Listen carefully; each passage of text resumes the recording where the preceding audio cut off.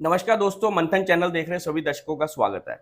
हमें बहुत सारे दर्शकों की फीडबैक मिली कि आप इंडस्ट्री के बहुत तरह के गेस्ट इनवाइट करते हो, अपने जो चैनल के ऊपर वीडियोस बनाते हो, लेकिन जिस इंडस्ट्री में आप खुद काम करते हो, उस इंडस्ट्री के बारे में आप लोगों को क्यों नहीं कोई जानकारी देते।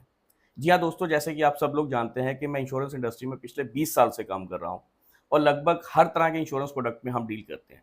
तो हमारे दर्शकों की खास क्वेरी थी कि हेल्थ इंश्योरेंस जो आज की डेट में एक नेसेसिटी भी है और हर किसी की एक कह सकते हो कि डिमांड भी है इस प्रोडक्ट को लेके, लेकिन इसी के साथ साथ इन प्रोडक्ट्स के में बहुत सारी कंफ्यूजन्स भी हैं, क्योंकि हर कंपनी एक नया प्रोडक्ट निकालती है तो उसके साथ में एक नया फीचर ऐड कर देती है, जिसके साथ मार्केट में एक नया कंफ्यूजन क्रिएट हो जाता है।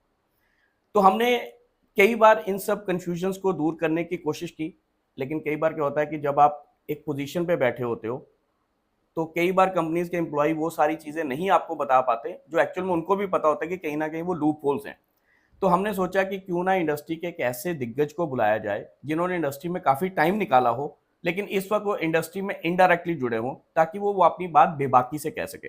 तो आज हमने अपने चैनल पे इनवाइट किया है मिस्टर धीरज महाजन को, जिन्होंने हेल्थ इंश्योरेंस इंडस्ट्री में बहुत अच्छा खासा टाइम बिताया और एक अच्छी टॉप की पोजीशन पे रहे। तो उनसे बेहतर कोई नहीं हो सकता था इस टॉपिक को डिस्कस करने के लिए। तो आइए आज हम कोशिश करेंगे कि हेल्थ इंश्योरेंस इंडस्ट्री से लेकर आपके जितने भी डाउट्स हैं उन सबको क्लियर किया जाए। तो मिलते हैं धीरज महाजन से। Mahajan ji, welcome to our show sir. Thank you so much, thank you so much. Sir बहुत टाइम लग गया आपको आते आते।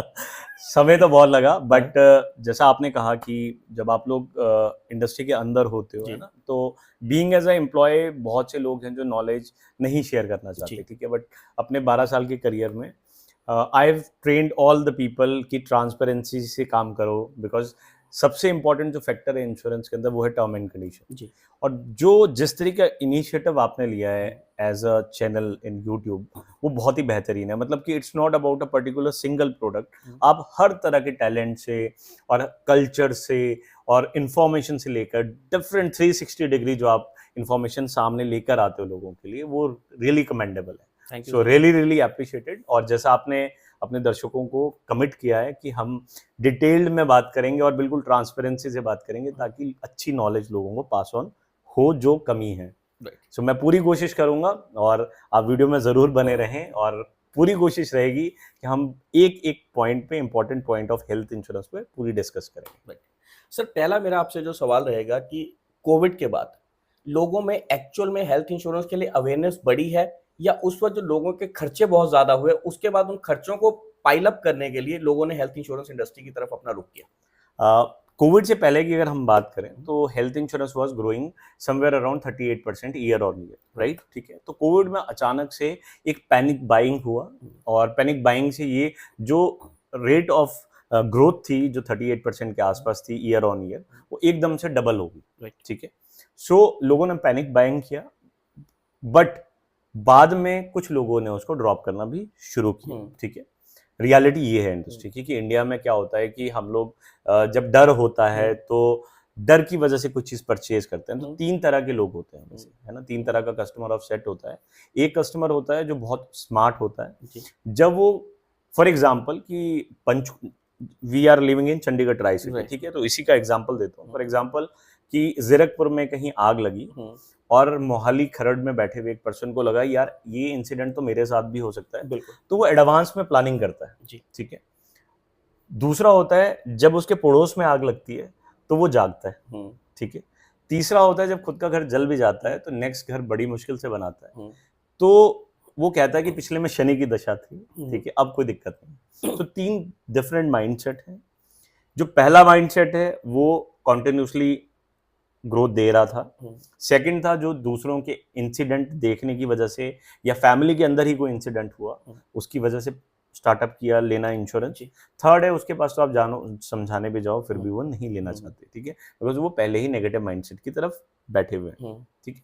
आज गवर्नमेंट भी स्ट्रगल कर रही है, तो गवर्नमेंट में ने भी आपने देखा होगा कि आयुष्मान भारत योजना is one of the great initiative, ठीक है, जिसने कि इतने बड़ी पॉपुलेशन के लिए भी इतना बड़ा सॉल्यूशन लाया।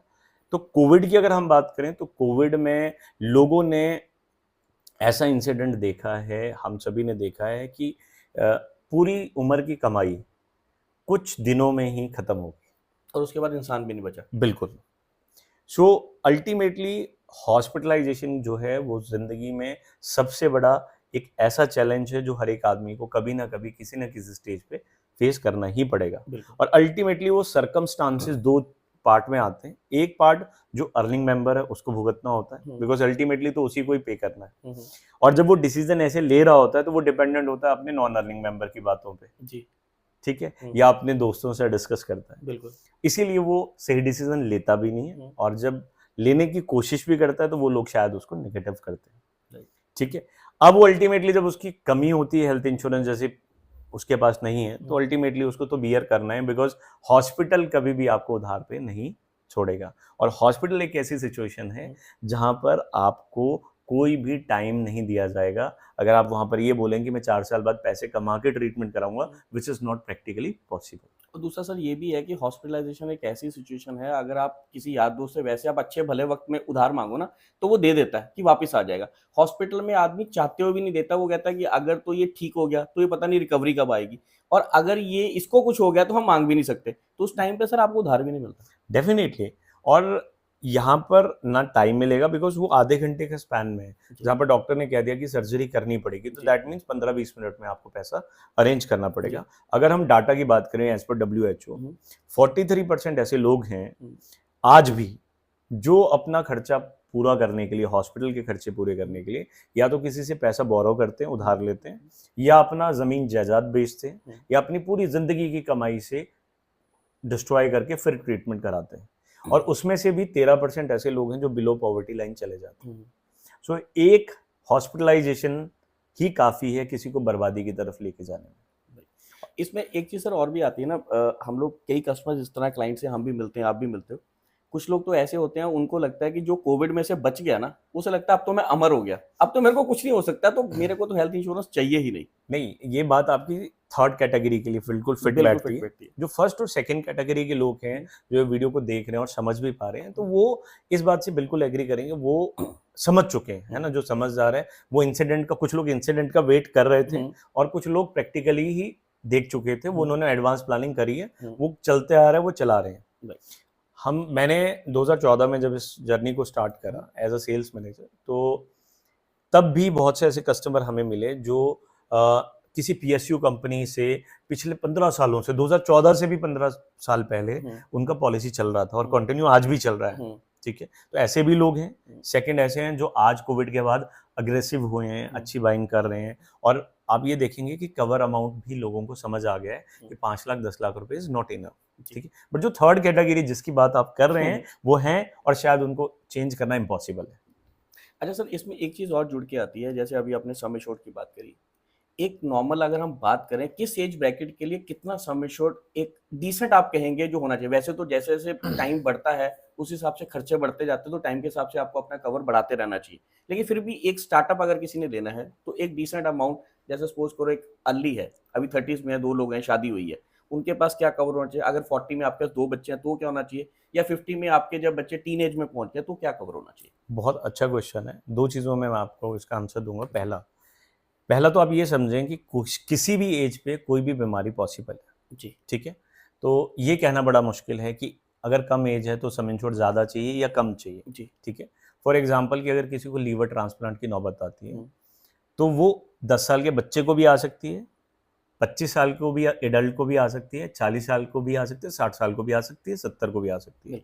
तो हमें सबसे ज़रूरी क्या देखना रहता है? हमें ये देखना है कि आज के टाइम पे मेजर जो ट्रीटमेंट कॉस्ट है वो कौन सी और कितनी है जी, ठीक है। अगर हम बात करें कि मेजर ऑर्गन ट्रांसप्लांट, तो आज अगर हम PGI की बात करें ठीक है, तो PGI में वन ऑफ आवर क्लाइंट जिनका नीवा बूपा से हेल्थ इंश्योरेंस था, पॉलिसी बाजार ने किया था, 5 लाख रुपए का हेल्थ इंश्योरेंस था, और he was very young from Hamirpur Himachal. तो 22 साल की एज में वो फर्स्ट डायग्नोज हुआ कैंसर से ठीक है। तो जब पॉलिसी का क्लेम डाला तो पॉलिसी कैंसिल होगी, क्लेम रिजेक्ट हो गया, पॉलिसी बाजार ने कोई हेल्प नहीं करा, जो प्रैक्टिकली हमने 12 सालों में भी देखा कि ऑनलाइन प्लेटफॉर्म से जिसने भी लिया वो फंसा ही फंसा ठीक है। सेकेंडली हुआ क्या कि वो किसी फेसबुक नोन के थ्रू जानने वाला था, उसके थ्रू मेरे को अप्रोच किया। That time I was working as a area head in Niva Bupa. After investigating in personal level 15-20 दिन लिए मैंने, तो मैंने देखा कि नहीं, ही वॉज वेरी जेन्युइन, 1.5 साल से पॉलिसी थी पूरा। तो मैंने थॉरली चेक करके सारी चीज़ें देखकर, डॉक्यूमेंट्स देखकर पॉलिसी रिस्टोर कराई, क्लेम दिलाया। 2 बार क्लेम आया, तो एक बार 332 फिर 4 के आसपास का था, वो पे हुआ इंक्लूडिंग नो क्लेम बोनस। तो 2022 के एंड में पीजीआई ने उनको भेज दिया घर कि आप बिल्कुल ठीक हो, नाउ यू आर हेल्दी, कोई अब सेल नहीं है। जून 2023 में फिर रीअकरेंस होता है कैंसर का, तो पीजीआई वही इंस्टीट्यूट उनको 70 लाख रुपए का एस्टिमेट देता है बोन मैरो ट्रांसप्लांट का। तो मेरे हिसाब से ये इंसिडेंट आपके लिए काफ़ी है मेरे आंसर को जस्टिफाई करने के लिए। तो जब भी हम डिसीजन लेते हैं, अगर हम हेल्थ इंश्योरेंस परचेज करें, तो अल्टीमेटली हमें समझना है कि उसका पर्पस क्या है। जी। उसके पर्पस को फुलफिल नहीं हुआ है ना, इनसफिशिएंट वो हॉस्पिटल में हो गया, तो वहां पे तो फिर वही बात आ गई, लिया ना लिया बराबर है। अगर आप आधा ट्रीटमेंट करा के बाहर निकलना चाहते हैं तो फिर आप सोचें, बट अगर आपको सही एफिशिएंट कवर लेना है तो मेरे हिसाब से bare minimum should be 1 crore. और 10 लाख वर्सेस 1 करोड़ का अगर आप प्रीमियम देखेंगे तो बहुत ज्यादा कोई डिफरेंस नहीं है। पर प्रॉब्लम क्या है, लोग माइंडसेट ये होता है कि 10 लाख की पॉलिसी अगर 20,000 रुपए की है तो शायद 1 करोड़ की पॉलिसी 1.5 लाख की होगी, 1,20,000 होगी, जबकि ऐसा होता है कि वो 40,000 की होती है। ठीक है, तो ये एजुकेशन का मैटर है। राइट। अच्छा, इसमें अभी आपने एक जो मैं सवाल पूछने वाला था, आपने लगभग उसका आधा जवाब दे रहे, लेकिन मैं फिर भी पूछूंगा। लोगों की ये परसेप्शन रहती है कि हम ऑनलाइन पोर्टल से खरीदें क्योंकि वहां पे पॉलिसी डेफिनेटली मार्केट की रिटेल पॉलिसी से थोड़ी सस्ती मिलती है, लेकिन लोग ये चीज़ क्यों नहीं समझते कि वो जो 5 या 10% आपको सस्ता मिलता है, वो एडवाइजर के थ्रू लेने का यही बेनिफिट है कि वो आपको कल को सर्विस देने के लिए खड़ा है। जैसे आपने इंसिडेंस बताया कि पॉलिसी बाजार आप किसको कॉल करोगे, कस्टमर केयर पे डाल दिया, उन्होंने कंपनी पे डाल दिया, अल्टीमेटली आपको फिर कंपनी के पास जाना है। तो why not to take a policy from a direct advisor? देखो, डिस्काउंट इज अ ट्रैप। ठीक है, इंश्योरेंस में 2 चीजें मैं आपको बताता हूँ। जहां पर आपने पहले देखा कि बहुत से 2008-9 के आसपास मार्केट क्लैश हुई थी, जहां पर लोगों का बहुत पैसा वेस्ट हुआ। तो यूलिप कोई गलत प्रोडक्ट नहीं था, बट जो उसका कम्युनिकेशन था वो गलत था।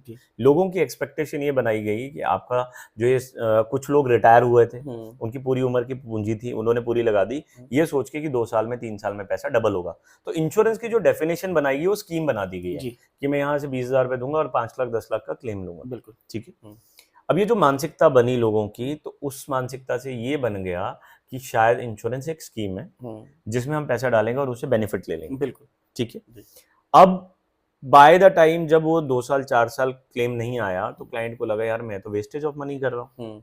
ठीक है, क्योंकि होता भी है, क्योंकि 2-3 साल में तो किसी को इंसिडेंट होने के चांसेस कम है, बट एक्चुअल में इंसिडेंट होने के चांसेस 5 साल 10 साल बाद ज्यादा हैं। बिल्कुल ठीक है। मल्टीप्लिकेशन अगर हम अपने प्राइसिंग प्रीमियम पेड जो किया है उसको करेंगे तो हम प्रॉफिट में ही हैं अल्टीमेटली। ठीक है, बट जो आपका क्वेश्चन है जिस पे आप बात करना चाह रहे हैं, डिस्काउंट, तो डिस्काउंट बड़ा सिंपल सा एक ट्रैप है। ठीक है, 5% का एक ट्रैप लगा दिया। ठीक है, अब अल्टीमेटली क्लाइंट ने प्राइसिंग पे कैलकुलेट किया। इंश्योरेंस की डेफिनेशन क्या है, 2 बनी है इंडिया में, एक फीचर, एक प्राइस। मेरे लिए दोनों इंपॉर्टेंट नहीं है। ठीक है, feature is not permanent. Feature भी क्या है कि देखो, बड़ा सिंपल से अगर बात करें, लक्स को यूज करने से कोई कैटरीना कैफ नहीं बना। ठीक है, ड्यू पेन पीने से किसी को दम नहीं आया। These all are marketing strategies. ठीक है, तो पहली चीज, ये जो फीचर्स आज इंश्योरेंस के अंदर होते हैं, ये भी कस्टमर को एक्विजिशन के लिए, अट्रैक्शन के लिए, अल्टीमेटली इनका कोई लॉन्ग टर्म कोई ज्यादा बेनिफिट नहीं होने वाला। आपको basic policy, basic sum insured पे रखना है फोकस। दूसरा, ये जो डिस्काउंट है ये ट्रैप है अल्टीमेटली जब सर्विस आनी है, और सर्विस की जरूरत कब पड़नी है, इट्स नॉट अबाउट रिन्यूअल। बहुत से लोगों के माइंडसेट में ये रहता है यार मेरे को हेल्थ चेकअप और रिन्यूअल के टाइम पे उन्होंने फोन लेट किया, ये करा है ना। अल्टीमेटली सबसे जो टफ टाइम है वो है क्लेम, जब आप हॉस्पिटल होंगे। हॉस्पिटल में जब पर्सन मेंटली, फिजिकली, इमोशनली और मॉनेटरी परेशान होगा, उस टाइम पे जरूरत पड़नी है। और हॉस्पिटल का क्लेम कोई इजी नहीं होता है, it's not a easy process. Company ने तो यहाँ से दावा कर दिया कि 30 मिनट में मैं कैशलेस दे दूंगी, पर कितने लोगों को वो प्रोसेस रियलिटी में फॉलो कर रही है। हम अंदर रहे हैं इंडस्ट्री की, वी नो कि एक जब क्लेम आता है ना, तो उस क्लेम में एक आदमी इन्वॉल्व नहीं होता, वो एक पर्टिकुलर फैमिली इन्वॉल्व नहीं होती। एक एडवाइजर हाईली एक्टिव रहता है, वो बार बार अप्रोच करता है एम्प्लॉय को, जो कि नीचे वाले लेवल, फिर सेल्स मैनेजर अप्रोच करता है ब्रांच मैनेजर को, ऊपर क्लेम हेड को। तो एक साइकिल पे एक कम्युनिकेशन घूम रहा होता है। जितना जल्दी वो कम्युनिकेशन फॉलो होता है उतना जल्दी क्लेम होने के चांसेस रहते हैं। बहुत से ऐसे केसेस भी होते हैं जहां पर हॉस्पिटल ओवर चार्ज कर देता है, और ओवर चार्ज करता है, क्लाइंट को तो पता नहीं है, उधर से कंपनी ने तो वही देना है जो एक्चुअल में एथिकली पेबल है। जी। तो अल्टीमेटली किसको भुगतना पड़ता है? कस्टमर को। तो वो सस्ता वहां पर जाकर बहुत महंगा होता है। तो मैं हमेशा कहता हूँ रिलायबल अच्छे एडवाइजर से जो इन्फॉर्मेटिव है उनसे ज़रूर इंश्योरेंस परचेज करें। और आने वाला टाइम तो ऐसा होगा आपको अच्छे एडवाइजर ढूंढने से नहीं मिलेंगे और यू विल पे फीसेस। आज तो आप डिस्काउंट मांग रहे हैं ना, कल आप से वो चार्जेस लेंगे अच्छे लोग, बिकॉज ये बहुत टेक्निकल सब्जेक्ट है। लोगों को लगता है कि पॉलिसी बाजार या किसी भी ऑनलाइन प्लेटफॉर्म पे मैंने अगर सर्च किया कंपैरिजन है, वो कंपैरिजन सारे मैनिपुलेटिव है। जो मैं बेचना चाहता हूं मैं तो वो मैनिपुलेशन करके आपको दिखा रहा हूँ। तो अल्टीमेटली एक सही सलाहकार होना बहुत जरूरी है। सर मैं आपको इसका लाइव एग्जांपल देता हूँ। मेरे एक क्लाइंट के साथ अभी लुधियाना में हुआ, उन्होंने किसी हॉस्पिटल में हॉस्पिटलाइजेशन करवाया, तो मेरे को क्लाइंट का फ़ोन आता है कि सर दोपहर में 2 बजे का क्लेम फाइल कर रखा और आप कहते हैं आधे घंटे में क्लेम प्रोसेस होता है, यहाँ तो अभी तक वो ही नहीं, अप्रूवल ही नहीं है। तो मैंने उसको बोला, मैं क्या मेरे टीपीए से बात कराऊँ। जब टीपीए से बात करी, सर वो उनको बार बार इंसिस्ट कर रहा था कि आप एक काम करो, इंश्योरेंस वाले तो ऐसे ही करते हैं, आप पैसे पे करो और अपना सर्विस कराओ और निकल जाओ, बाद में आप क्लेम लेते रहना। जब मैंने उसको बोला, मैं क्या तू मेरे को क्लेम आईडी दे, तब पता चला कि उसने क्लेम फाइल ही नहीं कर रखा, क्योंकि उसका ये था कि मेरे को पैसे आ जाएं, मैं बाद में। जब हमने उससे फोर्स करा, उसने क्लेम फाइल करा और आधे घंटे के अंदर अप्रूवल आ गया और दूसरे दिन जब क्लेम सेटल हुआ तो 15 मिनट में उसका बिल भी सेटल हो गया। तो कई जगह ये भी होता है। 70% केसेस में कैशलेस में क्या प्रॉब्लम है आपको मैं बताता हूँ। 2 चीजें। पहली चीज क्या है कि ये लोग फाइलें लेके बैठे रहते हैं टीपीए वाले हॉस्पिटल में और वो वेट करते हैं कि एक साथ ही डालेंगे क्लेम। अब यहाँ पर क्लाइंट की एक्सपेक्टेशन उन्होंने सुबह 10 बजे बना दी जब उसकी एडमिशन हुई कि हमने तो फाइल कर दिया है, बट एक्चुअल में वो 3 बजे वेट कर रहा है कि 3 बजे सभी की फाइलिंग एक साथ में प्रोसेस करूंगा। अब क्लाइंट के माइंड में वो चला गया है कि मेरा तो 10 बजे फाइल गया है और अभी तक क्लेम नहीं हुआ सेटल। अल्टीमेटली सफर कौन कर रहा है? कंपनी और वो बीच के इंटरमीडिएटरी और कस्टमर। ठीक है, अब आपने एक्टिवली रोल प्ले किया, यही तो वो रोल है, वो इंपॉर्टेंट रोल है जो एक अच्छा एडवाइजर प्ले करता है। ठीक है। अच्छा, एक चीज सर हमने और भी देखी है कि कई बार क्या होता है कि आप नॉर्मल टाइम पे अगर एक हॉस्पिटल जाते हो और आप पूछते हो कि मेरा ये ट्रीटमेंट होना है, हॉस्पिटल उसका सपोज करो एक बिल देता है 1.5 लाख रुपए आएगा, और जैसे ही मोमेंट आप ये बोलते हो कि मेरे पास हेल्थ इंश्योरेंस है, वो बिल इन्फ्लेट होकर 2.5 लाख पे पहुंच जाता है। तो सर ऐसा क्यों होता है? इसका रीजन क्या है कि जितने भी हेल्थ इंश्योरेंस है वो बल्क बिजनेस देती है। तो बल्क बिजनेस जब वो देती है तो वो भी रेट पे नेगोशिएट करती है। अब वो रेट पे इतना नेगोशिएशन इतना होता है कि हॉस्पिटल को लगता है कि इतना ज्यादा नेगोशिएशन करा है तो वो मेन्यू कार्ड ही चेंज कर देते हैं। तो ये जो मेन्यू वाला सिस्टम है, अगर आप देखेंगे ऑनलाइन जब आप फूड ऑर्डर करते हैं तो उसका मेन्यू कुछ और होता है, जब आप जाकर उस रेस्टोरेंट में पर्टिकुलरली ऑर्डर करते हैं तो मेन्यू कुछ और होता है। तो ये बिल्कुल सेम ऐसा ही है।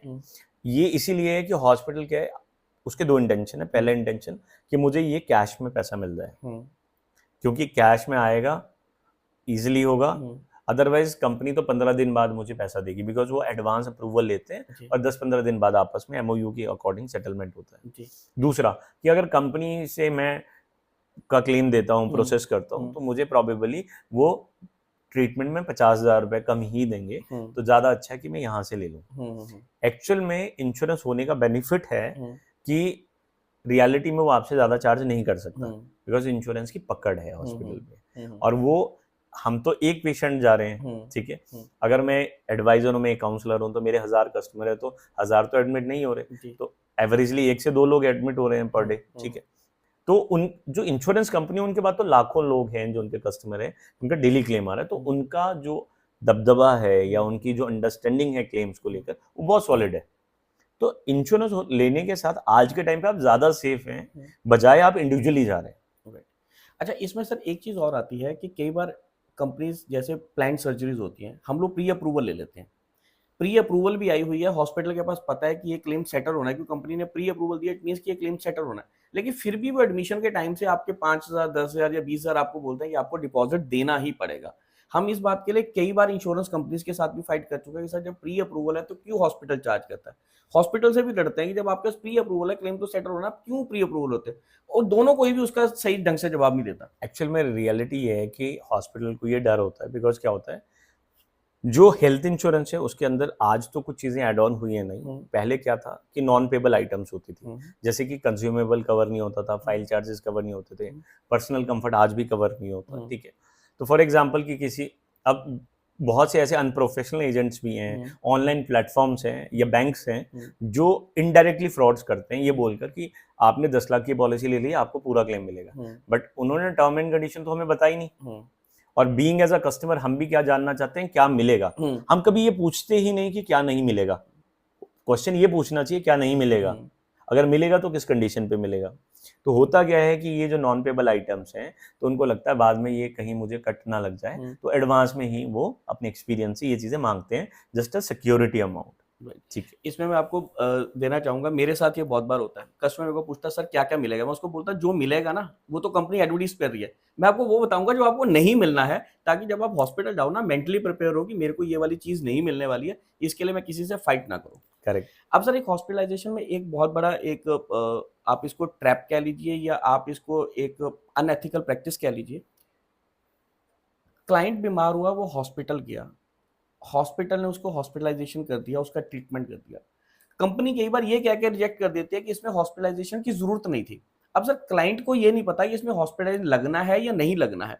अब उस केस में क्या होता है कि हॉस्पिटल छोड़ता नहीं है क्योंकि पैसे नहीं आए हैं, और क्लाइंट ये सोचता है कि मेरे पास पॉलिसी होने के बावजूद भी मेरे को क्लेम नहीं मिल रहा है। तो सर इसमें गलती किसकी है? इसमें सबसे बड़ी गलती एडवाइजर की। जी। ठीक है, जब वो पॉलिसी सेल कर रहे हैं तो अल्टीमेटली सबसे इंपॉर्टेंट जो पॉइंट है वो है वैलिड हॉस्पिटलाइजेशन। हम ये समझाना शुरू कर देते हैं रूम रेंट मिलेगा, ये नहीं मिलेगा, बट अल्टीमेटली जो क्लेम है वो तो वैलिड हॉस्पिटलाइजेशन ही मिलेगा।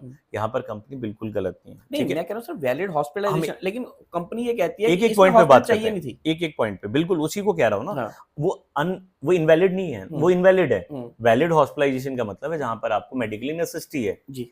अब जैसे कि फॉर एग्जांपल पहले के टाइम पे क्या होता था, जब हमें कोई लूज मोशन होता था, है ना, डायरियाज होते थे, तो हम 2-3 दिन लोकल ट्रीटमेंट लेते थे या हम क्लिनिक पे जाते थे। क्लिनिक आज गायब हो चुके हैं, है ना, ठीक है।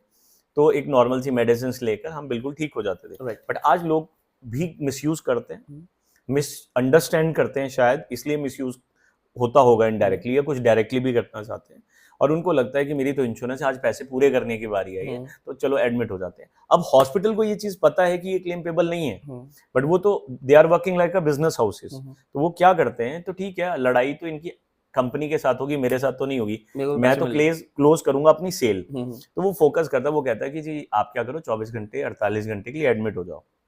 उसको पता है कि ये क्लेम नहीं मिलना है, बट क्लाइंट को लग रहा है मुझे मिलेगा। उसी का फायदा उठाता है हॉस्पिटल। ठीक है, अब हॉस्पिटल को पता है ये क्लेम नहीं है क्योंकि आपकी मेडिकल रिपोर्ट्स देख, ठीक है। अगर आपने जैसे थोड़ी देर पहले कहा कि क्लाइंट को क्या पता कि एडमिट होना या नहीं होना, हर आदमी को अपनी बॉडी की पोजीशनिंग पता होती है। आप समझें इस चीज को कि मुझे कब एडवर्स मेरे को हो रहा है, कब मेरी टेंडेंसी बॉडी की लूज हो रही है, कब मुझे जाके एडमिट होना है। बट आप देखेंगे बहुत से ऐसे लोग हैं, थोड़ा सा भी फीवर होता है और सीधा hospital, because I have a health insurance. वो मिसअंडरस्टैंड करते हैं, एक कैटेगरी मिसअंडरस्टैंड करती है, एक कैटेगरी मिसलीडेड है, जिसको मिसलीड किया है उसके ही एडवाइजर ने। ठीक है, कि आपकी तो इंश्योरेंस, आप क्लेम लेने क्यों नहीं जा रहे हो? जी, ठीक है। तो इसका बेनिफिट हमेशा उठाने के लिए बैठा हॉस्पिटल। तो मैं आपको हमेशा कहता हूँ कि आपको खुद भी अवेयर होना है, ठीक है, कि जहां पर जरूरत है वहां पर आप जाएं एडमिट होने। अल्टीमेटली क्लेम कंपनी दे भी देती है, पर जो स्टेरॉइड आपको लगाएंगे, जो ट्रीटमेंट फालतू में जो आपकी बॉडी के लिए था ही नहीं, जरूरी था ही नहीं, वो आपके अंदर जाएगा, केमिकल्स जाएंगे, तो नुकसान अल्टीमेटली आपका है या मेरा है? तो what is the most important wealth? This is your health. तो why you want to lose your main wealth, है ना, जस्ट टू गेन वो कि मेरा प्रीमियम जो है उसका लॉस है। तो ये क्लैरिफिकेशन माइंडसेट की होना बहुत जरूरी है। पर्पस क्लियर करें कि जो हेल्थ इंश्योरेंस है वो आपके मेजर ट्रीटमेंट के लिए, मेजर हॉस्पिटलाइजेशन, जहां पर बड़ा कुछ खर्चा होने वाला है। ठीक है, अब छोटे छोटे क्लेम्स की वजह से अगर हम गाड़ी की भी बात करें तो आपने देखा कि जो लोग बार बार क्लेम करते रहते हैं, एक टाइम पे कंपनी उनकी पॉलिसी इग्नोर करना शुरू कर देती है, और उनको बार बार देखते हैं कि ये तो ना कुछ इंटेंशनल वाला बिहेवियर है। तो please do not spoil your image also, ठीक है, बिकॉज जब बड़ा बुरा वक्त आएगा तो उस टाइम के लिए हेल्थ इंश्योरेंस, उसको संभाल के रखें, और do not lose your no claim bonus also. अभी सर आपने नो क्लेम बोनस की बात करी, नो क्लेम बोनस भी हर कंपनी का अलग है, कोई 10% दे रहा है, कोई 25% दे रहा है, कोई 50% है, कोई कहता है आपकी पॉलिसी डबल हो जाएगी, कोई कहता है ट्रिपल हो, कोई आजकल तो ये भी है जो कहते हैं 10 टाइम भी हो जाएगी। तो सर ये एक्चुअल में मिलता है या ये सब कहने के लिए है कि एक टाइम के बाद ये भी खत्म हो जाएगा? देखो आई बिलीव, मैं तो बड़ा सिंपल कहता हूँ, since my inception of career आज तक ये जो फीचर्स है ना, they are with no future, ठीक है। अल्टीमेटली आप समझे, इंश्योरेंस लॉस मेकिंग के लिए नहीं बैठी है, कोई भी कंपनी नहीं होती जो लॉस मेकिंग करना चाहती है, सभी प्रॉफिट गेन करना चाहते हैं, ठीक है। तो अल्टीमेटली ये जो फीचर्स है ना, ये जस्ट टू कस्टमर एक्विजिशन है, क्योंकि पेनिट्रेशन बहुत कम है और लोगों को अट्रैक्ट जब तक आप भारत में नहीं करते हैं तो लोग नहीं आते। लोगों को आप जब तक ही नहीं बोलेंगे आप ये पॉलिसी ले लो 50,000 रुपए की, आपको 5,000 रुपए के हेल्थ चेकअप मिलेंगे, तो उनको 5,000 रुपए दिखता है तो लगता है कुछ मिल रहा है।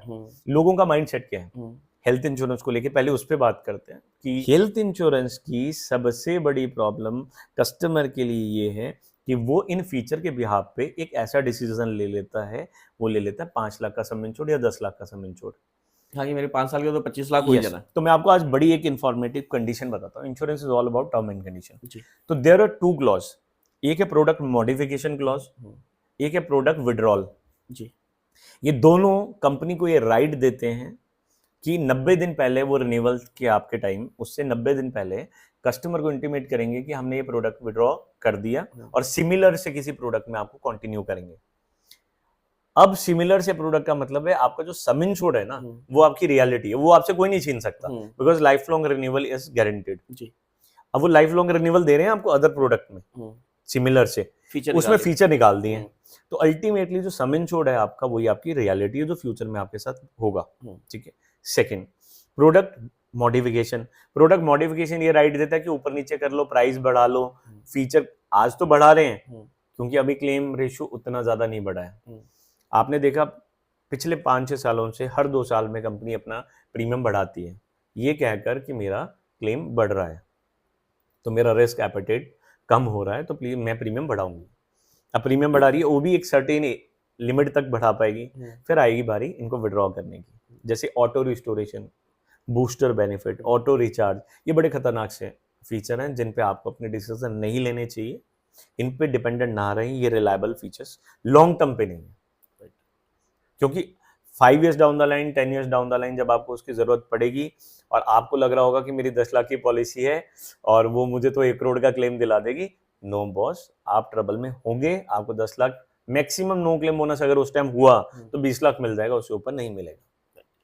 अच्छा, एक सर है कि हमारी किसी भी इंडस्ट्री में जब मार्केट पेनिट्रेट करती है ना, उसमें सबसे बड़ा जो रीजन आता है वो आता है ईएमआई का। और ईएमआई एक ऐसा, वो कहते हैं माया जाल है ना, जिसमें आदमी ना चाहते हुए चीज करते हैं। और ये सब चीजें अब हो रही हैं हेल्थ इंडस्ट्री में भी।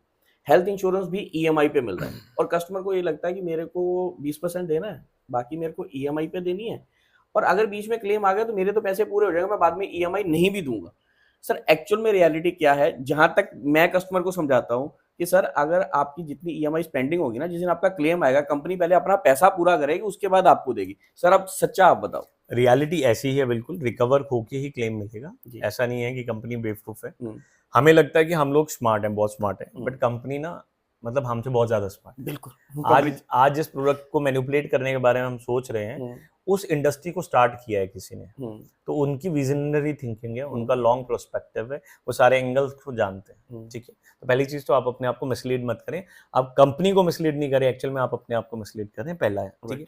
अब दूसरा ईएमआई पे पॉलिसी लेना मैं एग्री नहीं करता। स्पेसिफिकली अगर आप वो कंपनी से ईएमआई डायरेक्टली लेते हैं, अगर बीच में किसी बैंक के थ्रू आपका ईएमआई, तो बैंक वाली ईएमआई में प्रॉब्लम क्या है? सबसे बड़ा जो डायरेक्ट वाली ईएमआई है उसमें क्या इशू है? अगर इन एनी केस नैश आपका रिजेक्ट हो गया बैंक के द्वारा, वो नहीं हुआ पूरा, है ना, आपकी ईएमआई टाइम पे नहीं कटी, मैक्सिमम टाइम ये देखा गया है हमारे केसेस में, हमने देखा है खुद कि कस्टमर को 7-8 दिन तक पता ही नहीं है कि उसकी पॉलिसी कंटिन्यू नहीं है, लैप्स है। अब ईएमआई वाले केसेस में 7 दिन से ज्यादा का ग्रेस पीरियड नहीं मिलता। अगर वहां 8वें दिन भी अगर आप जाके पैसे सबमिट करने जाओगे तो आपकी पॉलिसी नल एंड वाइड हो जाती है, चाहे वो पॉलिसी 10 साल पुरानी भी क्यों ना हो। तो बेटर है इसको अच्छे तरीके से मैनेज करें। अच्छे तरीके से कैसे मैनेज करें? एक छोटी सी सिप लगा लें, ठीक है। फर्स्ट ईयर पूरा प्रीमियम पे करें और उसके साथ ही एक छोटी सी सिप लगा लें 3,000-4,000 की, और उसको उसी से पैसा विड्रॉल करके इसका पैसा देते रहें। That would be the great idea. और आपको पैसा मिलेगा, उसमें आपका पैसे का लॉस नहीं। Yes. अरे सर, इसके साथ एक मिलता जुलता एक फीचर जो लाइफ इंश्योरेंस में अभी तक आता था, वो अब हेल्थ इंश्योरेंस में भी आ गया है, वो आ गया ईसीएस का। कि आपको जो पॉलिसी है वो ऑटो डेबिट पे लेनी है, और हम्म। कुछ कंपनीज तो ये कंपलसरी कर रही हैं कि आपको ईसीएस पे ही पॉलिसी लेना चाहिए। सर, कस्टमर का कितना राइट है ईसीएस को एक्सेप्ट करने का या रिजेक्ट करने का? देखो, ईसीएस को कंटिन्यू करने के पीछे कुछ अच्छे इंटेंशन भी हैं। अच्छा इंटेंशन है कि बहुत से ऐसे लोग हैं जो क्या होता है, कैजुअली भूल जाते हैं, ठीक है, और वो ये सारी चीज़ें जब होती है ना तो इंसिडेंट की वजह से होती है। ऐसे बहुत से क्लेम्स हमारे सामने आए जहाँ पर क्लाइंट को याद ही नहीं रहा कि उसको पॉलिसी रिन्यू करनी थी, ठीक है, या वो कहीं बाहर था, ठीक है, ही वाज ऑक्युपाइड, अकाउंट में पैसा था, ठीक है, बट वो ना उसको किसी ने रिमाइंड कराया या he was not reachable, but ठीक है। सर ये ऐसा होता नहीं है, क्योंकि एडवाइजर तो बेचारा महीना भर पहले पीछे लग जाता है। बिल्कुल ठीक है, बहुत से, देखो, रेयर केसेस की बात हम कर रहे हैं। कई जगह ऐसा होता है ना कि वो छुट्टियों में चला गया या किसी ट्रबल में या आउट ऑफ कम्युनिकेशन है, कई बार पॉसिबिलिटीज देयर। अब क्या है, आप देख रहे हो 100-200 क्लाइंट की नजरिए से, कंपनी देख रही है करोड़ों के नजरिए से। अब करोड़ों में अगर 1% की भी प्रोबेबिलिटी है तो वो 1% बहुत बड़ा नंबर है, ठीक है। अब उस केसेस में क्या होना शुरू हुआ कि लोग बाद में आने लगे, मेरी पॉलिसी का क्लेम दे दो, मुझे ऐसे कर दो, तो अल्टीमेटली क्लेम तो नहीं मिलना है, तो कंपनी ने क्या किया, एक डिसीजन लिया, ईसीएस ऑप्शनल करते हैं। Optional is good thing, but compulsory is not a right thing. Compulsory होना बहुत गलत चीज है, क्योंकि आप जबरदस्ती किसी को ये नहीं कर सकते कि आपको, अब आपने पॉलिसी ले ली और मुझसे ही लेनी है, ठीक है। तो कस्टमर का राइट है, वो उसको पोर्ट करा सकता है, बट मैं पोर्टेबिलिटी के लिए हमेशा कहता हूँ करेक्शन के लिए करानी चाहिए। फीचर की अट्रैक्शन पे पोर्टेबिलिटी मत कराएं कि वो फीचर कंपनी अच्छा दे रही है तो मैं उसके पास चला जाऊं। आज एडवर्टाइजमेंट आ रही है किसी कंपनी की, मेरे माइंड में चला गया कि इसको लेने से तो मैं बहुत सिक्योर हो जाऊंगा, ऐसा नहीं है। रिलायबल कंपनी के साथ आप हैं, बने रहें, रिलायबल एडवाइजर के साथ बना रहना ज्यादा इंपॉर्टेंट है बजाय द कंपनी और वो प्रोडक्ट के। अच्छा रिलायबल एडवाइजर अगर आपके पास है ना, वो अल्टीमेटली खुद ही आपका रिजॉल्व करेगा। वो कहते हैं ना, आप अपना समर्पण कर दो। जब हम परमात्मा के आगे अपना समर्पण कर देते हैं तो वो हमारी सारी दुखों को हर लेता है। जब हम डॉक्टर के पास समर्पण कर देते हैं तो अच्छा ट्रीटमेंट की पॉसिबिलिटी बनती है। तो वैसे ही आप अपने एडवाइजर के सामने भी समर्पण कर दो ना, लेट हिम डिसाइड, बिकॉज वो अपने काम को अच्छे से करना जानता है। बट प्रॉब्लम क्या है, इंडिया में हम लोग अपने पुराने एक्सपीरियंस की वजह से, क्योंकि बहुत से एडवाइजरों ने भी गलत किया, उन एक्सपीरियंस की वजह से हम लोग ये अज्यूम करते हैं कि शायद मेरे साथ धोखा हो जाएगा, तो हम उसमें अब उनके काम में घुसे रहते हैं और फिर वो डिस्काउंटिंग या फीचर उनकी बात सुनना ही नहीं चाहते। तो मैं कहता हूँ कि प्लीज समर्पण करें, पूरा समझें। हाँ, ये जरूर चेक करें कि मेरा जो एडवाइजर हो कितना इंफॉर्मेटिव है, कितना एथिकल है। अगर वो एथिकल और इंफॉर्मेटिव है तो ये दो गुण काफी हैं समर्पण करने के लिए। Let him decide. अच्छा सर, अभी आपने पोर्टेबिलिटी की बात करी। पोर्टेबिलिटी कितनी हद तक करवानी चाहिए, सही है या नहीं करवानी चाहिए? पोर्टेबिलिटी देखो, हमेशा आप कुछ भी लाइफ में करें, जब तक आप उसका पर्पस सेट करके नहीं करते हैं। लोगों का 99% पर्पस ये होता है कि मेरे रिश्तेदार ने अब एजेंसी ले ली तो मैंने पोर्ट करा ली, कोई मैंने एडवर्टाइजमेंट देखी, मेरे को फीचर अच्छा लगा, मैंने करा ली, या दूसरा बंदा डिस्काउंट हाँ, या किसी ने डिस्काउंट ऑफर कर दिया तो मैंने करा ली, मुझे पॉलिसी बाजार से कॉल आया या किसी से भी कॉल आया, मैंने पोर्ट करा ली, ठीक है। पोर्टेबिलिटी आपको करानी है करेक्शन पे। करेक्शन कैसी हो सकती है? पहला कि मैंने कोई मेडिकल हिस्ट्री थी और मैं पहली कंपनी को बताना भूल गया, और मेरी उस को वो कंपनी अब एक्सेप्ट करे ना करे, दूसरी कंपनी में बता के मैं सारी चीजें ट्रांसपेरेंट रखना चाहता हूँ, पूरा प्रपोजल फॉर्म फिल करके, ठीक है। बट सर वो तो प्रेजेंट कंपनी में भी आप नहीं, डिक्लेरेशन बता सकते हैं, बट क्या होता है ना, कई बार बहुत से लोगों को ये लगता है कि मैं पूरा प्रपोजल फॉर्म फिल करना चाहता हूँ, बिकॉज उसमें तो आप मेल से ही कम्युनिकेट कर सकते हो या लेटर लिख के दे सकते हो, ठीक है। सेकंड है कि आपको लगता है कि एक अच्छी रिलायबल कंपनी की तरफ मैं जाना चाहता हूँ। पहले मैंने कोई गलत डिसीजन ले लिया जहां पर कंपनी की आईसीआर अच्छी नहीं है, सॉल्वेंसी मार्जिन अच्छा नहीं है, और अब मैं सही कंपनी की तरफ जाना चाहता हूँ, ठीक है। पहले तो मैंने डिसीजन ले लिया फीचर के बिहाफ पे, अब मैं लेना चाहता हूँ कंपनी की रिलायबिलिटी के बिहाफ पे। तो सेकंड उस केस में। थर्ड कि मैंने ऑनलाइन प्लेटफॉर्म से पॉलिसी ले ली और सर्विस का इशू आने वाला है, मुझे समझ आ रहा है, तो वो चेंज कराने के लिए तो मुझे पोर्ट कराना ही पड़ेगा। या बैंक से पॉलिसी ले रखी है तो ultimately banks will not going to give any services, तो अल्टीमेटली आपको जो सर्विस मिलनी है वो आपके एडवाइजर या ब्रोकर से मिलेगी और कोई आपको सर्विस नहीं देगा। एम्प्लॉयज भी शिफ्ट हो जाते हैं, तो अल्टीमेटली वो एडवाइजर ही है, बिकॉज जिनकी कोर अर्निंग है। तो please do respect your advisor, मैं तो हमेशा यही कहता हूँ सभी। अच्छा सर, इसके साथ में एक चीज़ और आती है कि हमने प्रीमियम के केसेस में देखा है, आपकी एज कम है, आपका प्रीमियम ज़्यादा है, आपकी एज ज़्यादा है, आपका प्रीमियम ज़्यादा है। जबकि होना उल्टा चाहिए, क्योंकि ओल्ड एज में जाके आपके पास कई बार प्रीमियम, हाइफ़्टी प्रीमियम पे करने के लिए आपके पास उतनी अर्निंग सोर्सेज़ नहीं होते, और उस वक़्त आपको एक्चुअल में हेल्थ इंश्योरेंस की ज़रूरत होती है। तो लगता नहीं है कि इंडस्ट्री को पैराडायमिकली शिफ्ट लेना चाहिए कि एक जो, या ये कह लो कि कस्टमर जो लॉयल है पिछले 20 साल से या 15 साल से आपके साथ है, तो जब वो एक सर्टेन एज पे पहुंच गया, या सपोज करो एक 60 पे पहुंच गया, तो उसके बाद उसका प्रीमियम जो है वो फ्रीज हो जाना चाहिए, कि उसके बाद उसका प्रीमियम ना बढ़े, ताकि वो उसका एक्चुअल में जब बेनिफिट उसको चाहिए वो ले पाए। देखो, पहले तो हमें इसको इमोशनल ग्राउंड से हट के टेक्निकल ग्राउंड पे भी देखना पड़ेगा, क्योंकि अल्टीमेटली कंपनी के पास अगर फंड रहेगा तो ही वो क्लेम दे पाएगी, है ना? जी। तो होता क्या है कि जो रिस्क मैनेजमेंट होती है, because you are paying a certain amount of premium in thousands, जी। और वो you are transferring your entire risk of lakhs and crore to insurance company, ठीक है? तो उसके ऊपर लाखों और करोड़ों की लायबिलिटी है। अब क्या होता है, जब कम एज होती है तो जो प्रोबेबिलिटी है वो कम है बीमारी की, but probability of accident is higher, ठीक है? अब जैसे जैसे एज बढ़ेगी तो प्रोबेबिलिटी ऑफ क्लेम बढ़ेगा।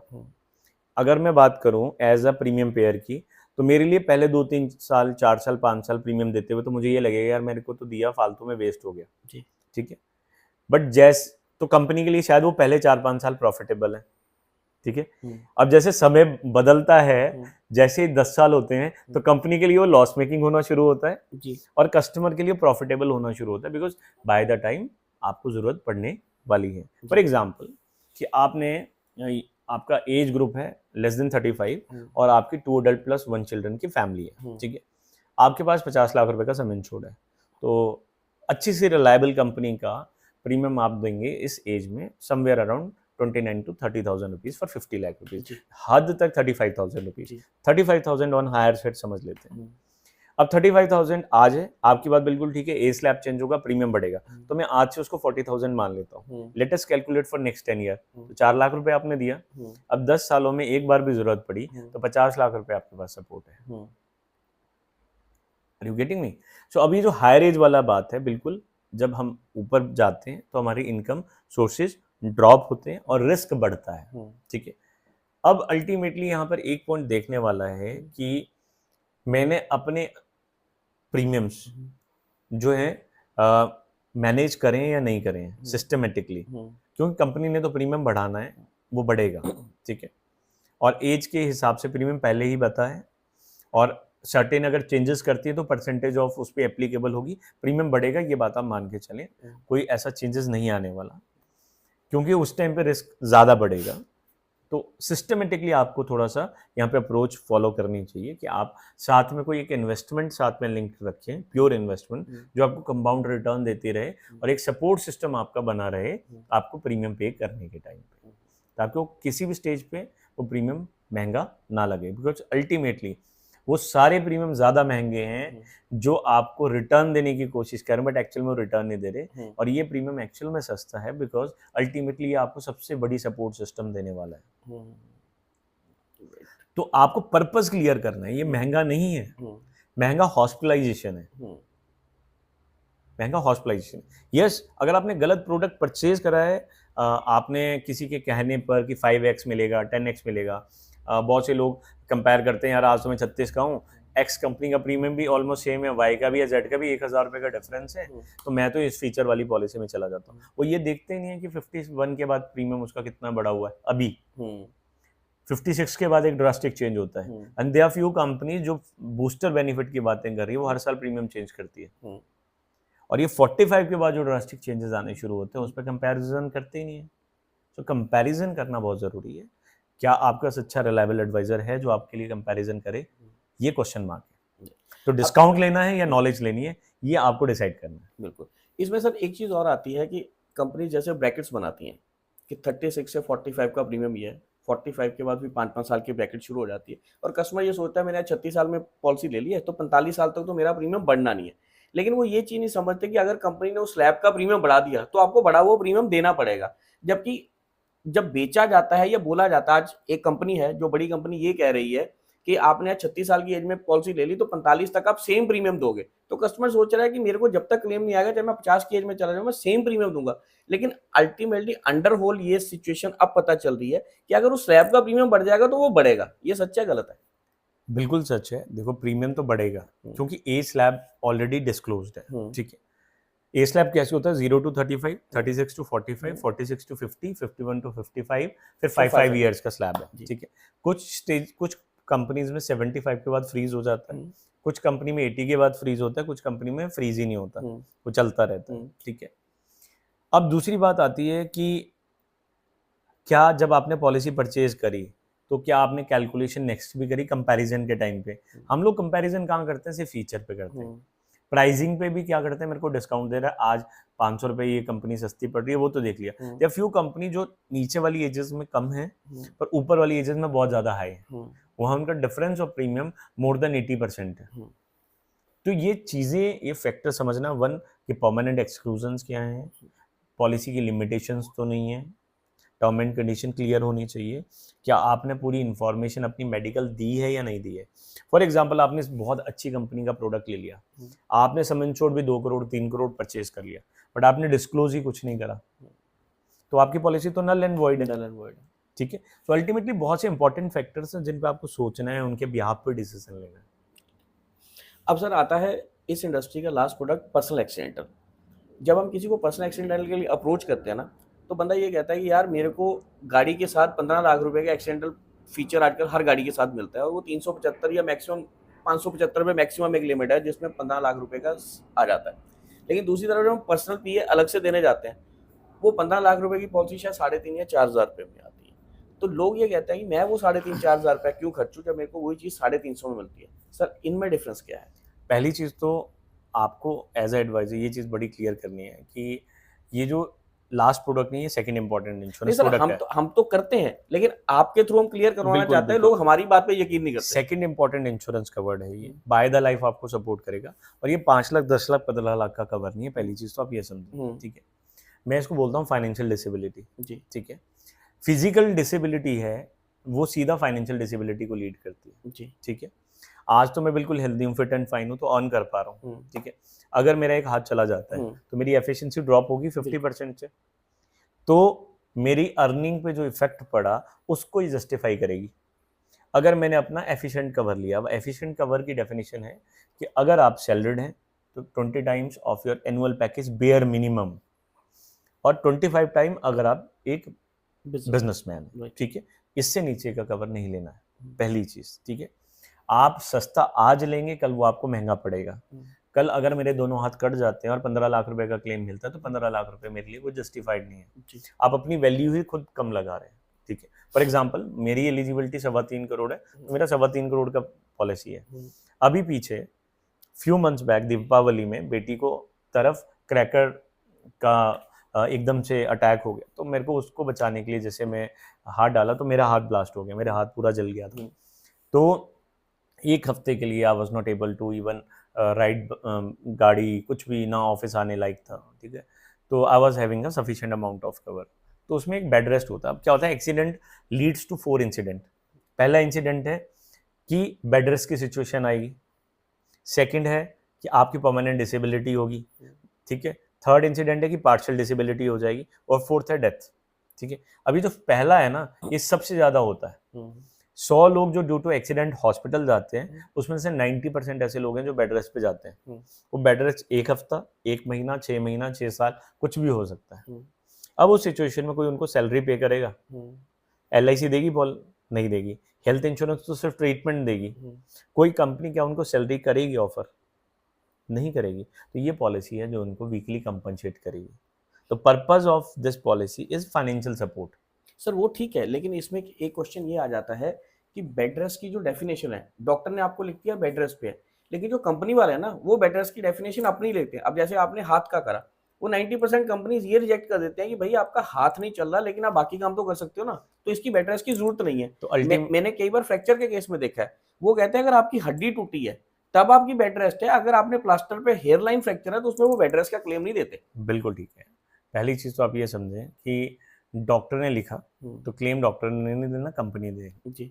तो कंपनी की पहली कंडीशन, मैंने शुरू में कहा कि इंश्योरेंस का टर्म एंड कंडीशन शुरू में क्लियर करें, फीचर ही क्लियर मत करें। टर्म एंड कंडीशन, उसके पीछे जो टेक्निकल पार्ट्स है उसको क्लियर करना बहुत इंपॉर्टेंट है। अब आज के टाइम पे टीटीडी जो बेनिफिट है, टेम्परेरी टोटल डिसेबिलिटी बेनिफिट, ये आज बहुत सी कंपनीज में ऐसा आ चुका है कि आपका लॉस ऑफ पे नहीं है तब भी आपको कवर करेगा। ठीक है, तो इस सिचुएशन में अब जैसे मेरे वाले केस में हुआ तो 1 lakh rupees paid by insurance company. ठीक है, अब मैं यहाँ कंपनी स्पेसिफिक किसी का नाम नहीं लेना चाहता। नहीं, बट कई कंपनी में हमने देखा, जैसे आपके वाला केस है, वो कहते हैं यार हाथ खराब हुआ है, बाकी तो आदमी चल फिर सकता है, तो बेड रेस्ट तो है ही नहीं है, वो काम तो मैंने कर ही आपको रहा कहा ना कि अब इनकम लिंक्ड पॉलिसीज भी नहीं है टीटीडी के अंदर। है। There few company which is offering without income linked. आप देखेंगे कि फॉर एग्जांपल पर्सन 50 लाख रुपए की पॉलिसी है, 1 करोड़ की पॉलिसी है, उसकी एलिजिबिलिटी भी 1 लाख रुपए वीकली कंपनसेशन या 50,000 रुपए वीकली कंपनसेशन की है। जी। ठीक है, बट उसका टेक्निकल पार्ट देखना बहुत जरूरी है कि क्या वो कवर कर रहा है या नहीं कर रहा। अगर कवर कर रहा है तो किस कंडीशन में कर रहा है, वो कंडीशन अगर जस्टिफाइड होती है तो कोई क्लेम रोक नहीं सकता। ये हम अक्सर कह देते हैं कि मुझे उसके इंश्योरेंस कंपनी ने क्लेम नहीं दिया, but there is always a communication gap. अगर उसने नहीं दिया और आप बिल्कुल जेन्युइन थे और उसकी कंडीशन में लिखा था, तो अगर आपके पास कम्युनिकेशन होगा तो आप फाइट कर पाओगे टेक्निकल बिहाफ पे। ठीक है, अगर आपको पता ही नहीं है और वो पेबल भी नहीं था, आप ऐसे ही अपने आप को नेगेटिव कर लेंगे। तो रियलिटी में कोई भी क्लेम जो जेनरिक है, टेक्निकली पेबल है, वो पे होता है, बट अवेयरनेस की मिसिंग है। इंपॉर्टेंस ऑफ एडवाइजर क्या है। ठीक है, when I was in the company, मैं तब भी बोलता था कि जो लोग इतने सालों से आपके लिए बैठे हुए हैं, जो आपको प्रूव कर चुके हैं, आप जैसे आप 20 साल से अपने कस्टमर को ऑलरेडी प्रूव कर चुके हैं ना, तो ऐसे लोगों को फाइंड आउट करके अपना सारा का सारा रिस्क ट्रांसफर कर दें एंड लेट देम डिसाइड कि क्या बेहतर है आपके लिए, instant of wasting your money, time, energy. अब सर चलते चलते सिर्फ एक लास्ट सवाल कि अगर कंपनी क्लेम रिजेक्ट कर देती है और कस्टमर को ये लगता है कि मेरा जेन्युइन क्लेम था जो रिजेक्ट हुआ, उसने कम्युनिकेशन भी किया लेकिन कंपनी उसकी नहीं सुनती है, तो क्या उसके पास सिर्फ कोर्ट ही जाना एक अल्टरनेटिव है, या वो IRDA भी जा सकता है, या बूट्समैन जाना है, या क्या चैनल है, या सीधा ही बंदा कोर्ट जा सकता है? देखो, हमेशा ना एक चैनल को फॉलो करना सही रहता है। हमेशा क्या होता है, एविडेंस की कमी की वजह से क्लेम रिजेक्ट होते हैं। ऐसा नहीं होता कि कंपनी अपनी मन मर्जी कर सकती है, बिकॉज IRDA बनाया इसीलिए गया और IRDA ने बहुत से ऐसी चीज़ें एश्योर करी हैं कि जो भी कंपनी क्लेम रिजेक्ट करती है उसको एविडेंस IRDA को ईयरली देना पड़ता है कि उन्होंने किस लॉजिक पे रिजेक्ट किया। अगर वो एविडेंस आपको लगता है आप बिल्कुल जेन्युइन है, आप एविडेंस दें, ठीक है, तो reimbursement is a second process. अगर cashless, because cashless is a facility, ठीक है, अगर वो कैंसिल की है कंपनी ने, इसका मतलब आपका क्लेम रिजेक्ट नहीं किया, वो तो लिखा दैट मीन्स कि आप रिम्बर्समेंट में आ सकते हैं। अब रिम्बर्समेंट में भी मान के चलते हैं कि एविडेंस की कमी की वजह से आपका क्लेम रिजेक्ट हो गया, तो आप ग्रीवियंस पे फुल एविडेंस के साथ आप सपोर्ट करें। बहुत से लोग क्या करते हैं, फाइट करना शुरू कर देते हैं, बहसबाजी, लड़ाई करना शुरू कर देते हैं और वो चैनल को फॉलो नहीं करते, बिकॉज अल्टीमेटली कोर्ट भी तो एविडेंस मांगेगा। आप जहाँ जाओगे वहाँ पे तो एविडेंस लगना है, तो पहला ग्रीवियंस में आप जाएं, उस चैनल को फॉलो कर लें पूरी सही सिस्टम से। लेट देम डिसाइड, नहीं करते 7 दिन लेंगे, मैक्सिमम 15 डेज उनको लेना है, इससे ज़्यादा वो नहीं ले सकते। उनको आप लिख के दो कि आप इन्वेस्टिगेट कर लो, आप पूरा इन्वेस्टिगेट करो, मैं आपको राइट देता हूँ। आप इतने जेन्युइन है तो आप राइट दो ना। अगर इसमें सर मैं एक बात और कहना चाहूंगा, जैसे आपने रिइंबर्समेंट में कहा कि आप जाओ, कई बार क्या होता है कि कंपनी ने पहली बार में क्लेम रिजेक्ट किया कि this is due to this thing, हम रिजेक्ट कर रहे हैं, लेकिन जब रिइंबर्समेंट में जाता है वो 50 तरह के कागज मांग लेती है और कागज देने के बाद एंड में फिर कहती है कि this was not payable as per the clause number so and so. तो जब आपको पहले ही पता है सर हमने इस क्लॉज में देना नहीं है, तो कस्टमर का सर इतना टाइम क्यों वेस्ट करना? देखो, यहाँ पे वही कह रहा हूँ कि इंटरमीडिएटरी कितना इंपॉर्टेंट रोल प्ले कर रहा है, कि अगर इंटरमीडिएटरी को टर्म एंड कंडीशन पहले से पता है तो वो अल्टीमेटली शुरू में आपको पहले ही देख के बता देगा कि बॉस ये क्लेम पेबल नहीं है, let us do not waste our time and energy, right? ठीक है। अब दूसरा, मैंने आपको कहा कंपनी अपनी मर्जी से कुछ भी रिजेक्ट नहीं कर सकती, एविडेंस के बिहाफ पे ही रिजेक्ट करना पड़ेगा। तीसरा, जो हम बात कर रहे थे कि अब ग्रीवियंस अगर आपको नहीं करता तो आप सीधा एम्बोसमेंट में जाके एक एप्लीकेशन फाइल करेंगे, 90% वहाँ पे क्लियर हो जाएगा आपका केस। अगर नहीं होता then you can move to further court and all, right? अब ये सारी झंझटों में लोग क्यों फंसते हैं, इसका मैं आपको समाधान बताता हूँ। अल्टीमेटली हमने अभी तक प्रॉब्लम की बात करी, मैं आपको सोल्यूशन देता हूँ। जब आप अपना प्रपोजल फॉर्म भरते हैं उससे पहले, आप जब सोचते हैं कि मुझे हेल्थ इंश्योरेंस लेना है, तो आप एक फॉर्मेट में अपना बनाएं, पेपर लें, अपना नाम, अपनी हाइट, अपनी वेट, ठीक है, वैसे ही बच्चे का नाम, वाइफ का नाम, सबका नाम लिखे, उनका भी उसी फॉर्मेट में, हाइट, वेट, एवरीथिंग। अब मुझे कभी जॉन्डिस तो नहीं हुआ था, लिखे, टाइफाइड तो नहीं हुआ था। हम एक एक चीज पूछते हैं क्लाइंट से, पैदा होने से लेकर अभी तक, अगर उसको कुछ भी रहा हो, हम उसे एक एक चीज डिटेल में लिखते हैं कि कभी थायराइड तो नहीं हुआ, कभी आपका कोई फ्रैक्चर तो नहीं हुआ लाइफ में, कभी कोई आपको स्टिचेस तो नहीं लगे। फॉर एग्जांपल अगर आप देखें यहाँ पे, तो मेरे 7 स्टिचेस हैं जो 2009 में लगे थे, कंपनी को डिस्क्लोज्ड है। अदरवाइज कंपनी को हम मौका दे रहे हैं, बिकॉज कंपनी के पास पॉलिसी कैंसिलेशन क्लॉज है। कंपनी को क्या है, बहाना ढूंढना है, एक लूप होल ढूंढना है क्लेम रिजेक्ट करने के लिए, बिकॉज अल्टीमेटली वो भी तो अपना पैसा बचाना चाहती है। और वो क्लॉज क्या कहता है कि अगर आपने कोई चीज मिसरिप्रेजेंट करी है, मैनुपुलेट करी है, हमें नहीं बताया, तो मैं आपका क्लेम रिजेक्ट कर सकती हूँ। यहाँ पे अब एक डाउट आता है, हम कहते हैं कि मॉडिटोरियम पीरियड, आईआरडीए ने कहा है कि 8 साल बाद कोई किसी का क्लेम रिजेक्ट नहीं कर सकता। तो ये कॉन्फिडेंस कुछ मिस सेलर्स के अंदर बहुत भरा हुआ है और बहुत से लोगों तक ये मिसलीडेड हो रहा है, कंज्यूमर तक। अल्टीमेटली कंज्यूमर का पैसा वेस्ट होता है, ठीक है। तो क्या है कि मॉडिटोरियम पीरियड 2 कंडीशन में आपका क्लेम रिजेक्ट फिर भी कर सकता है, 8 साल बाद भी। पहला है, जो परमानेंट एक्सक्लूजन है वो पेबल नहीं होंगे। सेकंड, अगर फ्रॉड का कोई केस मिलता है तो वो भी क्लेम पेबल नहीं होगा। तो फ्रॉड क्या है, जहां पे आपने मेंशन नहीं किया, प्री मेडिकल हिस्ट्री, ठीक है। तो जो भी चीजें आपको पता है प्लीज डिस्क्लोज।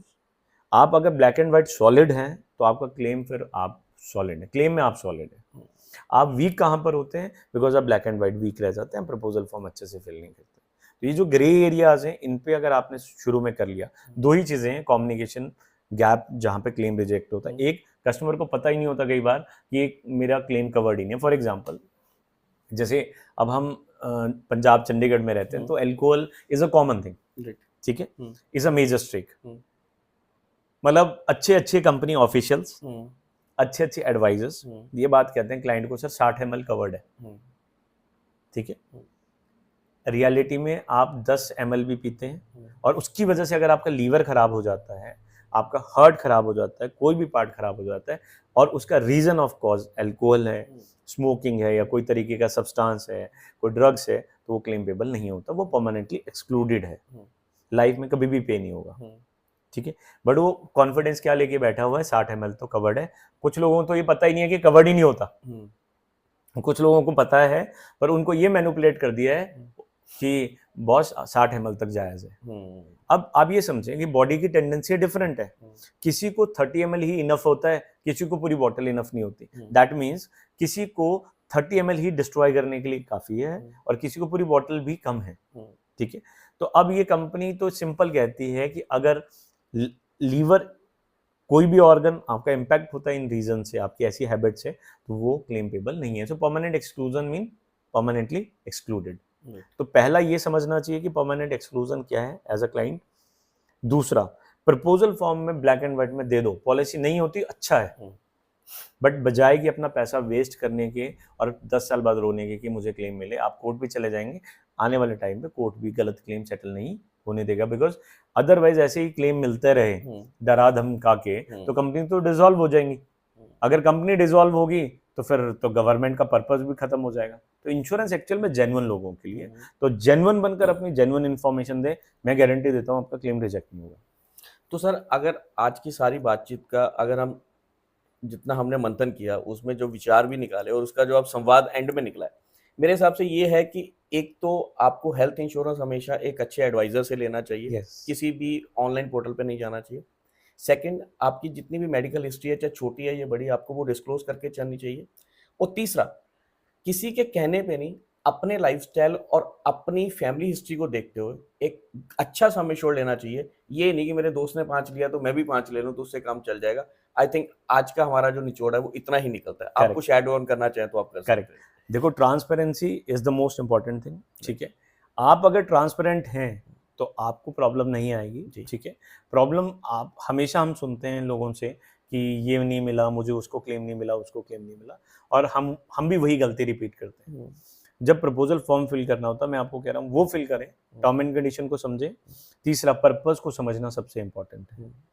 फोर्थ, जब आप डिसाइड कर रहे हैं कि मेरे को कितना कवर लेना चाहिए, गूगल कर लो सिंपल सा कि मेजर ट्रीटमेंट कॉस्ट क्या है, एटलीस्ट उतना आप ले लो। और आपको एक और चीज समझें, उसके साथ एक और चीज गूगल करें कि medical inflation year on year कितना है, तो आपको 14% दिखेगा। गवर्नमेंट डिक्लेयर 8% करती है, रियलिटी 14% है। सबसे ज्यादा जो फास्टेस्ट इन्फ्लेशन है वो मेडिकल में है, ठीक है। तो यही अंडरस्टैंडिंग आपके लिए काफी रहेगी। बट प्लीज मैं आपको ये भी कहता हूँ कि आप खुद भी अवेयर हो और अपने साथ लोगों को, जो आपका अपना ये यूनिवर्स है जिसमें आपके फ्रेंड सर्कल आता है, आपके दोस्त आते हैं ना, आपके रिलेटिव्स आते हैं, आपके कलीग्स आते हैं, आप उन सबको भी अवेयर करें और उनको भी बोलें कि this is one of the most important cover which everyone should have. ये वो बड़े भाई की कमी पूरी करता है। बिकॉज आप ये देखें, पहले तो क्या था कि ज्वाइंट फैमिलीज होती थी, प्रॉब्लम यहाँ से आती थी वहां से निकल जाती थी। आज न्यूक्लियर फैमिलीज है। तो एक्चुअल में मैं तो बड़ा सिंपल मानता हूँ, health insurance like a big brother, जो अपना कार्ड देता है और आपको ये कॉन्फिडेंस देता है। लोग कहते हैं कि आप तो डरा रहे हो, कि इंश्योरेंस वाले डराते हैं। मैं एक्चुअल में कहता हूँ सही इंश्योरेंस आपने लिया ना, तो आपके अंदर से डर खत्म होता है। और जब आप सबसे बुरे वक्त में होते हो, तो आपके अंदर जो कॉन्फिडेंस होता है उस बुरे वक्त को झेलने का, वो आपको इंश्योरेंस देता है। तो दोस्तों, हम उम्मीद करते हैं कि जितनी बेबाकी से महाजन जी ने इन सब बातों का जवाब दिया, क्योंकि अब ये एम्प्लॉय नहीं है, तो ये बहुत सारी ऐसी बातें हैं जो अंदर खाते की थी जो आपने बताई हैं, और शायद ये अवेयरनेस के लिए बहुत जरूरी है। लॉन्ग टर्म ग्रो करना चाहते हैं उनके लिए सबसे सिंपल मंथन है, आप किसी भी प्रोफेशन में हो, फॉलो लॉन्ग टर्म जर्नी। ये जो शॉर्टकट्स हैं थोड़े दिन का खेल है, लॉन्ग टर्म बहुत लंबी जर्नी है, बहुत ज्यादा प्रॉफिट देंगे। तो दोस्तों, हम उम्मीद करते हैं कि जो आप लोगों की फीडबैक थी कि हेल्थ इंश्योरेंस इंडस्ट्री के बारे में हमें बहुत सारी इनसाइट इन्फॉर्मेशन चाहिए, तो आई थिंक हमने उसके ऊपर आज पूरी डिटेल के साथ डिस्कशन किया, और जितना हो सकता था हम इसके बारे में मंथन कर सकते थे हमने किया। फिर भी अगर आपके कोई डाउट्स रहते हैं तो आप हमें कमेंट कीजिए, हम उनका जितना जरूरी हो सकेगा और जितना हमारे तक पॉसिबल होगा हम उसका सोल्यूशन आपको जरूर देंगे। तो आज हम लेंगे महाजन जी से विदा, अगली बार मिलेंगे किसी और शख्सियत के साथ। तब तक जुड़े रहिए चैनल मंथन के साथ। Mahajan ji, thank you very much. Always welcome.